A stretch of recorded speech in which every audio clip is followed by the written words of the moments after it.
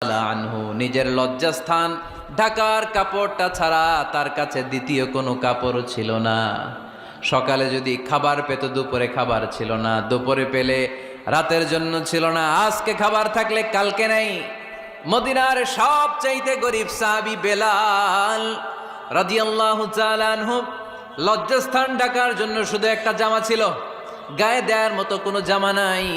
এই সাহাবীর মতো গরিব কোন সাহাবী মদিনার জমিনে নাই।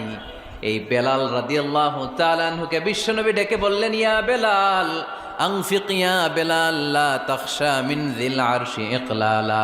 ও বেলাল, আল্লাহর রাস্তায় দান করো, কারণ আমার আল্লাহর ধনভাণ্ডারের কমতি নাই।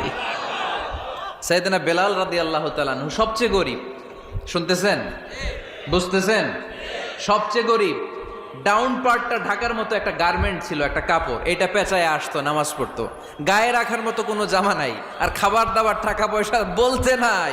ওই সাহাবীরে বিষ্ণু ইসলাম বললেন, আনফিক বেলাল, বেলাল তুমিও দান করো, তুমিও দাও, দানের হাতকে প্রশস্ত করে দাও।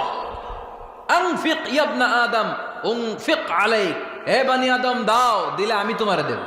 কেজির এটা হুজুরে দিয়ে দিলাম, এরপরে কেউ আমার 20 কেজি দিলে ওইটা ধরবো, ওইটা আবার আরেকজনরে দিব, এরপরে আরেকজন 30 কেজি দিলে ওইটারে ধরবো। কথা বলেন, কথা বলেন, কথা বলেন। এজন্য আল্লাহ বললেন, ইনফিকুনা ফিস সাররাই ওয়াদ দাররা। আমার মুত্তাকি বান্দার প্রথম গুণ, তারা সুখে দুঃখে সব সময় দান করে, দানের ধারাবাহিকতা সব সময় অব্যাহত রাখে। যারা সুখে দুঃখে সচ্ছল অসচ্ছল সব অবস্থায় দান করে, তাদের নাম হলো মুত্তাকি। মুত্তাকিদের প্রথম বৈশিষ্ট্য দান করে। আপনারা দান করেন তো? কিশোরগঞ্জের ভাইয়েরা সবাই করেন? করেন তো? Take it as a reminder. আজকের এই আলোচনাটা একটা রিমাইন্ডার হিসেবে নেন। যাদের দান করতে একটু সমস্যা, মনে থাকে না, অলসতা বা একটু কিপটামির মনোভাব আছে, এই কিপটামি কৃপণতা ভুলে যান। দেন, দেন না একটু, আপনারা দিবে কে?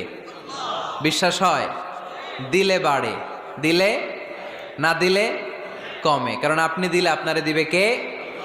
তবে গোপন অবস্থায় দেওয়াটা উত্তম। প্রকাশ্য দান করলে আল্লাহ কবুল করেন, ওইটাতেও সওয়াব আছে, কিন্তু গোপনে দান করলে বেশি খুশি হয় কে? গোপনে দান করলে আল্লাহর রাগ ক্রোধ কমে